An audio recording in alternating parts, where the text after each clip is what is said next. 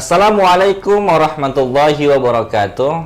Sahabat Al-Wasliyah dimanapun kita berada, kembali lagi bersama program Ramadan Karim 1440 Hijriah. Kali ini kita kedatangan tamu lagi yang sangat istimewa, Dr. Kiai Haji Iskandar Mirza MAG, pimpinan Pondok Pesantren Integritas Al-Quran yang letaknya di Kota Bandung. Dan beliau juga merupakan sekretaris Majelis Dakwah Pengurus Besar Al-Jam'iyatul Wasliyah. Assalamualaikum Ustaz. Waalaikumsalam. Apa kabar Ustaz? Alhamdulillah. Kembali lagi bersama kita di program Ramadan Karim. Tak bosan-bosan Ustaz ya? Insyaallah. Untuk mentransfer ilmu kepada kaum milenial khususnya dan juga warga wasliyin dimanapun berada, insyaallah. Para pemirsa, zaman-zaman sekarang ini dan lagi viral sekarang ini adalah tentang pelarangan bagi istri-istri pejabat negara, aparatur negara tentang hedonisme, Ustaz. Jadi nggak boleh lagi istri-istri pejabat itu bermewah-mewahan gaya hidupnya. Kalau bahasa kami anak muda itu banyak gaya, lifestyle-nya tinggi dan selera-nya tinggi. Nah, kita kaitkan dengan lifestyle remaja-remaji kekinian ini, Ustaz. Sekarang ini apalagi di Jakarta sering tawuran, kalau di Bandung itu sering moge-mogean. Itu bagaimana pandangan Islam memandang itu, Ustaz? Mohon untuk pencerahannya untuk kaum milenial.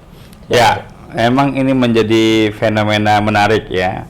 Pertama dimulai dengan anak seorang pejabat pajak ya, yang Masya Allah mobilnya ya Rubicon. Itu kalau dulu kan baru Robin Hood ya. Sekarang ada Rubicon ya. Rubicon gitu ya. Ini hal yang menarik luar biasa sehingga sekarang ini menjadi sorotan publik. Jadi siapa-siapa yang memakai barang-barang mewah gitu ya, nah ini akan disorot. Ternyata agama juga menyorot itu. Kata Nabi, unzuru ila man huwa asfala minkum wa la tanzuru ila man huwa fawqakum. Kalau kita lihat urusan dunia, jangan lihat ke atas, lihatnya ke bawah. Kalau kita urusan akhirat, baru walal akhiratu khairul laka minal ula. Nah, wabtaghi fima ataqallahu darul akhirata wa la tansa nasibaka minad dunya. Jadi urusan dunia ini yang penting jangan lupa, berarti bukan utama. Jangan lupa ya ada urusan dunia, gitu kira-kira. Nah, kondisi seperti ini sebenarnya adalah kondisi yang disebabkan karena kita tidak memahami bahwa harta itu bukan untuk dipamerkan, tapi harta itu untuk disedekahkan. Harta itu bukan untuk dibuat di jalan raya, tapi harta itu untuk dibuat di jalan Allah. Nah, ini harta dibawa ke jalan raya, ujungnya maut, kematian, ya. Yang nabrak, yang terguling, yang masuk jurang, Masya Allah. Yang pertama, cobalah ditanya dari hati nurani kita sendiri. Kira-kira itu masuknya pada kategori apa? Kalau tidak waspada, itu masuk pada kategori riya dan sum'ah. Ya, ini berbahaya. Riya supaya dipandang orang sebagai orang terpandang, dilihat orang supaya terkesan seakan-akan orang yang punya harta yang banyak, gitu ya, mewah, kaya raya, seakan-akan level kita menjadi naik. Ingat bahwa kemuliaan itu alat ukurnya bukan harta. Ya, bahwa kita ini sama dalam tata pandang Allah. Ya, bahwa tidak ada perbedaan antara satu manusia dengan manusia yang lain kecuali ketakwaan. Inna akramakum indallahi atqakum. Tingkatnya ketakwaan. Berhati-hati, waspada dengan kehidupan hedonis, karena semua apa yang kita pakai, semua apa yang kita beli ditanya nanti di akhirat. Ya, kampak busuk saja itu ditanya sama Allah, apalagi tas mewah, termasuk Rubicon tadi ya. Dari Rubicon. mana Rubicon itu dapatnya? Ditanya itu di mana didapat. Sebenarnya kalau kita mau jujur ya, kalau mau jujur, setiap orang kan sebenarnya sudah bisa lah kita berhitung-hitung itu benar harta halal apa tidak gitu. Sebenarnya sudah bisa berhitung. Apalagi kalau misalnya statusnya adalah pegawai ngeri gitu ya. Pegawai ngeri ya. Pegawai ngeri. Nah, ini kalau pegawai ngeri ini luar biasa ya kita lihat ini. Iya. Nah, maka sebenarnya terhadap harta itu waspada, hati-hati. Ya, hati-hati. Pernah suatu ketika, ini kisah ya. Kisah antara Abu Dzar dengan Salman Al-Farisi. Satu hari Rasul di demo. Jadi demo itu udah ada zaman dulu. Ya, jadi di demo karena adanya persoalan serius antara Salman Al-Farisi dan Abu Dzar. Oke, tahan dulu Ustaz. Kita akan kembali setelah berikut ini. Assalamualaikum warahmatullahi wabarakatuh. Saya sedang bersama dengan guru-guru saya, orang-orang yang dimuliakan Allah sebagai pewaris para nabi, ulama warasatul anbiya, al-ulama warasatul anbiya. Mengajak kepada seluruh masyarakat jamaah dimanapun berada, bil khusus jamaah al-jam'iyatul wasliyah, organisasi yang menyatukan, menghubungkan antara manusia dengan Allah Subhanahu wa taala, antara dengan sesama makhluk. Mari kita membayarkan zakat, infak, sedekah ke Al-Ziz Al-Wasliyah Zakat Infak Sedekah. Nomor rekeningnya Bank Syariah Indonesia. Catat baik-baik, 719-395-4132. Sekali lagi, 719-395-4132. Al-Ziz Al-Wasliyah. Al-Wasliyah Zakat Infak Sedekah. Yang kita salurkan itu bermanfaat untuk umat Ahlu Sunnah wal Jamaah, berfikih mazhab Syafi'i, bertasawuf Sunni, berpegang dengan Quran dan Sunnah Rasulullah Sallallahu Alaihi Wasallam. Ma'akal tafa'afnaita, duit yang kau cari, kau makan akan busuk. Wa malabista fa'ablaita, yang dipakai akan laku. Wa matasaddaqta fa'amdaita, yang disedekahkan, diinfakkan, diwakafkan, itulah yang akan menjadi kekal bekal untuk menghadap hari esok. Berkah selalu. Wassalamualaikum warahmatullahi wabarakatuh. Sahabat wasliyah yang dirahmati Allah Subhanahu wa taala, kita lanjutkan perbincangan kita. Tadi Ustaz bagaimana tentang sisa sahabat Nabi Sayyidina Abu Dzar? Ya. Jadi sahabat itu bertanya kepada Nabi, "Nabi, kenapa antum lebih sayang kepada Salman daripada kepada Abu Dzar? Kan Salman ini orang Persia, Abu Dzar jelas dari kaum Arab Quraisy. Seharusnya Arab Quraisy dong yang jadi bahan perhatian." Nah, Rasulullah ini karena dituduh seakan-akan tidak berlaku adil gitu ya. Maka Rasul ngumpulin semua sahabat yang protes itu dan menyeru kepada mereka untuk memanggil Salman dan Abu Dzar. Nah, maka dipanggillah Salman dan Abu Dzar ini. Apa kata Nabi? "Salman, Abu Dzar, aku berikan masing-masing kalian sama nilainya, 1 dinar 1 dinar. Dikasih 1 dinar untuk Salman, dikasih 1 dinar untuk Abu Dzar. Lalu kemudian kata Nabi, pergilah kalian berdua, bawa uang 1 dinar ini, kalian belanjakan sesuka hati kalian. Sesuka hati kalian, belanjakan sesuka hati kalian. Apa yang terjadi? Nah, setelah ditunggu sekian lama mereka berdua ini, datanglah Abu Dzar, datanglah Salman. Abu Dzar ini bawa kismis, bawa roti, bawa segala macam kebutuhan untuk dirinya. Salman sementara tidak bawa apa-apa dengan uang 1 dinar itu. Kemudian Nabi memanggil Abu Dzar. Abu Dzar, kemari. Kemudian Nabi menyuruh apa? Menyuruh sahabat yang protes ini untuk memanaskan batu. Jadi batu dipanaskan jadi sama seperti bara.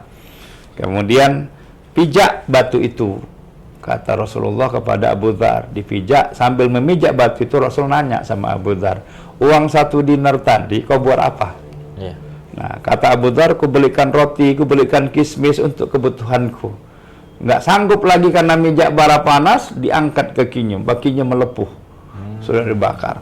Nah, kemudian giliran Salman Al-Farisi, dipanaskan juga 1 batu sampai membara, disuruh pijak oleh Nabi, ditanya sama Nabi, uang 1 dinar tadi kau belanjakan buat apa? Ya Rasulullah, uang 1 dinar tadi ku bagikan kepada yatim, ku bagikan kepada fakir miskin, ku bagikan kepada orang yang membutuhkan. Nggak kuat juga Salman, angkat kakinya, ada yang menarik, kaki Salman tidak melepuh. Wah, ini menunjukkan apa?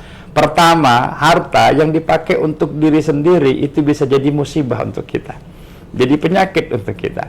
Tapi harta yang dipakai di jalan Allah itu bisa menyelamatkan kita dari musibah. Ini pelajaran luar biasa dari Nabi. Dari situ kemudian sahabat baru tahu kenapa Nabi lebih sayang kepada Salman, karena Salman sering membelanjakan hartanya untuk kepentingan umat. Ah, ini kita punya Al-Jiz.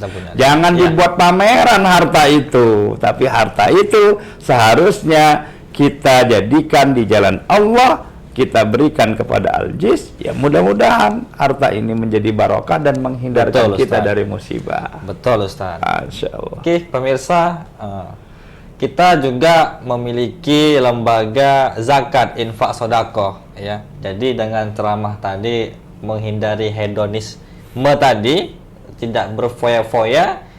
Untuk pemirsa, sahabat Wasliyah di mana berada dan kaum muslimin dan muslimat, silakan saja menggunakan dan mengeluarkan hartanya di jalan Allah supaya menjadi obat untuk tameng Dari musibah. dari musibah, Ustaz, ya. Oke, terima kasih. Nanti kita kembali lagi setelah yang satu ini. Assalamualaikum warahmatullahi wabarakatuh. Saya sedang bersama dengan guru-guru saya, orang-orang yang dimuliakan Allah sebagai pewaris para nabi, ulama warasatul anbiya, al-ulama warasatul anbiya, mengajak kepada seluruh masyarakat jamaah dimanapun berada, khusus jamaah al-jam'iyatul wasliyah, organisasi yang menyatukan, menghubungkan antara manusia dengan Allah Subhanahu wa taala, antara dengan sesama makhluk. Mari kita membayarkan zakat, infak, sedekah ke Al-Jis, Al-Wasliyah Zakat Infak Sedekah. Nomor rekeningnya Bank Syariah Indonesia. Catat baik-baik, 719-395-4132. Sekali lagi, 719-395-4132. Al-Jis Al-Wasliyah. Al-Wasliyah Zakat Infak Sedekah. Yang kita salurkan itu bermanfaat untuk umat Ahlu Sunnah wal Jamaah, berfikih mazhab Syafi'i, bertasawuf Sunni, berpegang dengan Quran dan Sunnah Rasulullah Sallallahu Alaihi Wasallam. Ma'akal tafa'afnaita, duit yang kau cari, kau makan akan busuk. Wa malabista fa'ablaita, yang dipakai akan laku.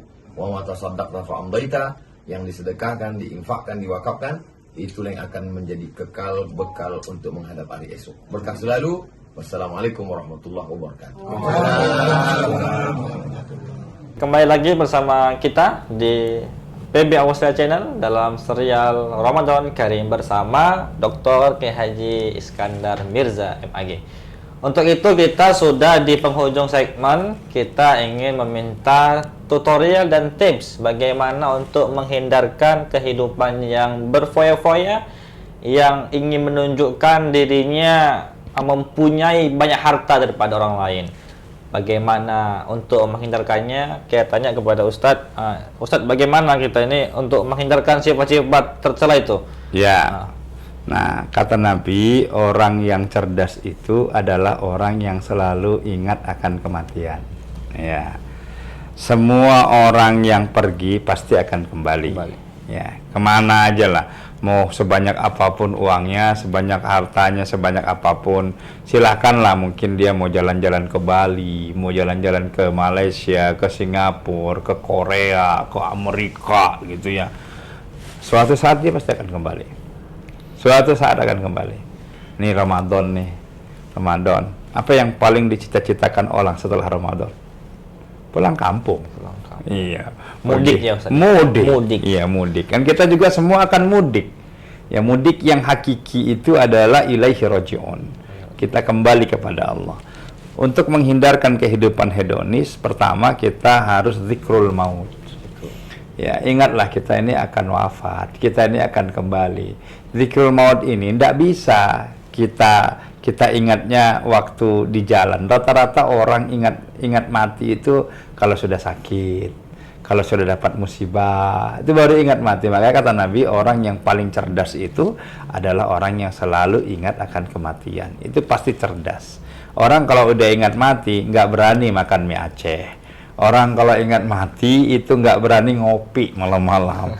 Orang kalau udah ingat mati nggak mau berpikir main biliar. Orang kalau ingat mati nggak akan main-main ke spa dan lain sebagainya. Itu orang kalau sudah ingat kematian. Nah, orang rata-rata yang melakukan kehidupan hedonis ini pasti dijamin orang yang lupa akan kematian. Nah, itu tips satu. Jadi banyak-banyaklah ingat kematian. Yang kedua, bahwa semua apa yang dianugerahkan Allah kepada kita itu pada akhirnya pun akan dimintai oleh Allah pertanggungjawabannya. Pasti akan diminta pertanggungjawaban. Kira-kira sanggup nggak kita mempertanggungjawabkan itu? Nah, rata-rata kita hidup bermewah-mewah ini seakan-akan kita tidak dimintai pertanggungjawaban. Nah, kemudian yang ketiga, supaya kita terhindar dari kehidupan hedonis, sering-seringlah jalan-jalan ke rumah sakit, sering-sering jalan ke panti asuhan. Jangan ke mall-mall aja, Ustaz. Jangan jalan asik ke mall, jalan ke pantai. Yang nggak ingat kita akan kesulitan-kesulitan orang banyak, ya. Seringlah kunjungan ke panti asuhan, lihatlah ke pendalaman di sana, orang-orang yang makannya cuman umbi dan umbi gitu ya. Nah, itu yang harus kita saksikan, itu yang lihat. Jadi cara supaya hati kita ini lembut, ya sering-sering takziah, lihat orang wafat, orang mati. Ya, takziah itu untuk melembutkan hati. Kalau mau bertemu dengan Allah, sering-sering ke rumah sakit, jenguk orang yang sakit. Itu adalah cara-cara untuk melembutkan hati, sehingga hati kita tidak keras, kita hanya meminta kehidupan duniawi saja. Nah, kalau orang ingat akan ini menjadi tips penting untuk kita.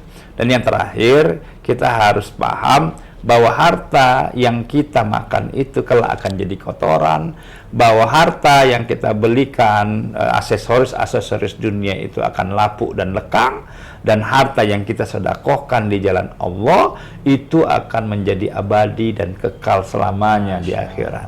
Coba perhatikan filosofi uang kita, ya, filosofi uang kita.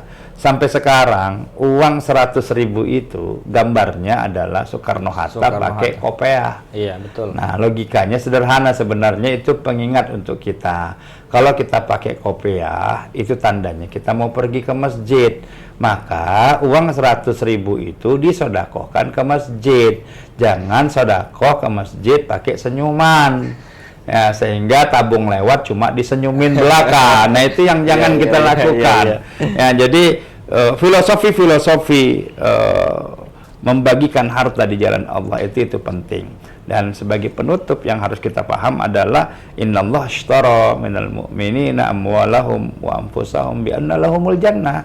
Allah itu sudah membeli harta kita, jiwa kita, sehingga kalau harta kita sudah dibeli sama Allah, seharusnya harta itu nggak boleh kita pakai ke tempat lain kecuali untuk di jalan Allah. Nah, misalnya saya beli baju nih dari seorang pedagang, maka baju yang saya beli dari pedagang itu kan menjadi hak saya untuk saya gunakan untuk apapun, betul? Iya, Ustaz. Nah, karena kita sudah dibeli oleh Allah, maka nggak boleh ada yang protes terhadap harta dan jiwa.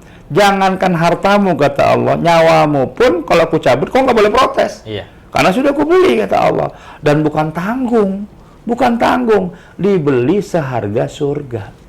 Nah, jadi kalau kita ingin harta kita menjadi surga nanti di akhirat, maka jangan dipamerkan, jangan kemudian diperlihatkan kepada banyak orang. Yang terpenting adalah gunakan ia di jalan Allah, fisabilillah. Masya Allah. Oke. Baik, terima kasih atas pencerahan dan pembelajaran ilmu kepada kita semua, muda-mudi dan muslimin dimanapun kita berada, khususnya wasliyin dimanapun kita berada.